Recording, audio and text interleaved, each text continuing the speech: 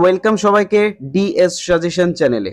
তো দেখো, এই চ্যানেল থেকে যে সাজেশনগুলো তোমরা পাচ্ছ অত্যন্ত গুরুত্বপূর্ণ সাজেশন। তোমরা প্রতিনিয়ত অনেকেই কমেন্ট করছো, যেটা দেখে খুবই ভালো লাগছে যে না, তোমাদের এই সাজেশন চাই, এই ধরনের ভিডিও চাই। আরো বেশি বেশি করে কমেন্ট করে জানাও তোমাদের কোন ধরনের ভিডিও লাগবে, কোন কোন বিষয়ের সাবজেক্টের সাজেশন চাই। তো দেখো, এই ভিডিওর মাধ্যমে শুরুতে তোমাদেরকে একটি কথা জানিয়ে দিই। এর আগের ভিডিওতে তোমাদের West Bengal state university second সেমিস্টারের এনইপির সাপ্লিমেন্টারি এবং ফ্রেশার্স উভয়েরই পরীক্ষার ফর্ম ফিল আপ শুরু হয়ে গেছে। এক্সটার্নাল পরীক্ষার ফর্ম ফিল আপ করে নেবে, না হলে কিন্তু পরীক্ষা দিতে পারবে না।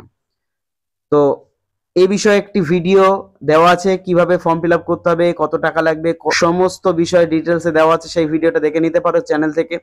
তো আজকের ভিডিওটা শুরু করা যাক। West Bengal state university NEP second semester, ভালো করে লক্ষ্য করবে। বিষয় হলো ইতিহাস। এখানে লেখা আছে দেখো, ফ্রেশার্স প্লাস সাপ্লি, অর্থাৎ এনইপির সেকেন্ড সেমিস্টারে যাদের সাপ্লি আছে এবং যাদের ফ্রেশার্সে পরীক্ষা দেবে তারা এই ভিডিওটা দেখতে পারো। এমনকি যাদের সিবিসিএস সিস্টেমে সাপ্লি আছে তারাও দেখতে পারবে, কারণ সিলেবাস একই আছে। সিলেবাসের টাইটেল বা পেপার টাইটেলটা একবার দেখে নাও কি আছে। পেপার টাইটেলে আছে দেখো, হিস্ট্রি অফ ইন্ডিয়া ফ্রম 300 খ্রিস্টাব্দ থেকে 1200 খ্রিস্টাব্দ পর্যন্ত। তাহলে পুরোটাই হলো ইন্ডিয়ান হিস্ট্রি। এখানে প্রথমে প্রশ্ন রেখেছি দেখো, সংক্ষিপ্ত প্রশ্নাবলী অর্থাৎ টিকা, যার মান থাকবে 5 করে। তো এখানে যে প্রশ্নগুলো দিচ্ছে অত্যন্ত গুরুত্বপূর্ণ প্রশ্ন। একটু প্রশ্ন বেশি মনে হলেও পরীক্ষার আগে একটি লাস্ট মিনিট সাজেশন তোমরা পাবে, সেখানে অল্প বিস্তার প্রশ্ন থাকবে। ওই ভিডিওটা অত্যন্ত গুরুত্বপূর্ণ, কিন্তু তার আগে এই ভিডিওটা থেকে যে প্রশ্নগুলো দিচ্ছি এই প্রশ্নগুলো তোমাকে ভালো করে রেডি করতে হবে। প্রথম প্রশ্ন, গুপ্ত শাসক দ্বিতীয় চন্দ্রগুপ্ত কি কিংবদন্তি বিক্রমাদিত্য ছিলেন? পরের প্রশ্ন, গুপ্ত সাহিত্য ও বিজ্ঞানের ক্ষেত্রে কি স্মরণীয় বিকাশ ঘটেছিল গুপ্ত যুগে? পরের প্রশ্ন, সংক্ষেপে গুপ্ত বংশের পতনের কারণগুলি লেখো। এগুলো সব 5 নম্বরের টিকা। পরের প্রশ্ন হচ্ছে, গুপ্ত যুগের মন্দির স্থাপত্যের উপর একটি সংক্ষিপ্ত নিবন্ধ লেখো। এরপরে তোমাদের শর্ট কোশ্চেনের ভিডিও চাই কিনা অবশ্যই কমেন্টের মাধ্যমে জানিও, এবং বাকি সাবজেক্টের কিন্তু ভিডিও পেতে কমেন্ট করতে ভুলো না। আর আজকের ভিডিওটা ভালো লেগে থাকলে অবশ্যই ভিডিওটিতে একটি লাইক করে যেও। পরের প্রশ্ন, গুপ্ত আমলের অর্থনৈতিক বৈশিষ্ট্যগুলিকে তুমি কিভাবে চিহ্নিত করবে?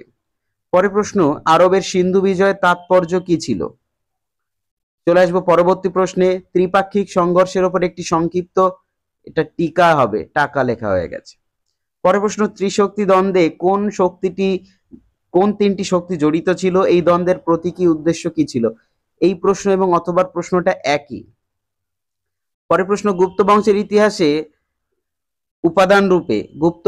ইতিহাসের উপাদান রূপে গুপ্ত যুগের মুদ্রার গুরুত্ব আলোচনা করো, অথবা গুপ্ত সাহিত্যিক অগ্রগতি সম্বন্ধে আলোচনা করো।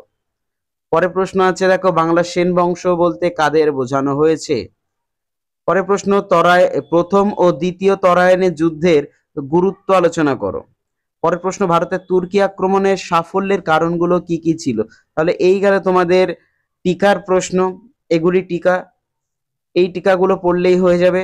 এবার আসবো আমরা রচনাধর্মী প্রশ্নে। এখানে দেখিয়ে দিই, রচনাধর্মী প্রশ্নের মান থাকবে 10 করে। এই 10 নম্বরেও বেশ কিছু প্রশ্ন আছে। এরই সাজেশন অর্থাৎ লাস্ট মিনিট সাজেশন বলেছি, পরীক্ষার আগে পেয়ে যাবে। তার জন্য তোমাদেরকে কমেন্টের মাধ্যমে জানাতে হবে যে তোমাদের দরকার আছে কিনা। দরকার না থাকলে ভিডিও দরকার নেই। তো প্রথম প্রশ্ন দেখো তোমাদের সামনে কি কি আছে।